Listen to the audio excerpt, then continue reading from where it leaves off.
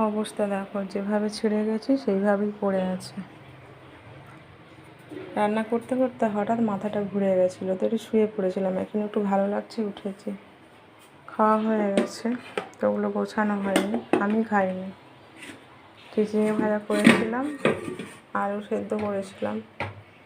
আর এটা হচ্ছে এই ঝিঙেটা আনা হয়েছিল, তো টান হয়ে গেছিলো একটু, তো ভাবলাম একটু আম দিয়ে মাখো মাখো টক করবো। দানাগুলো বের করার সময় হয়নি, শরীরটা ভালো লাগছে না, তার জন্য দানাটা বের করিনি। মাখো মাখো করেছি, তো কেউ এটা খায়নি। আলু মাখার ভাজা দিয়ে খেয়েছে হয়তো।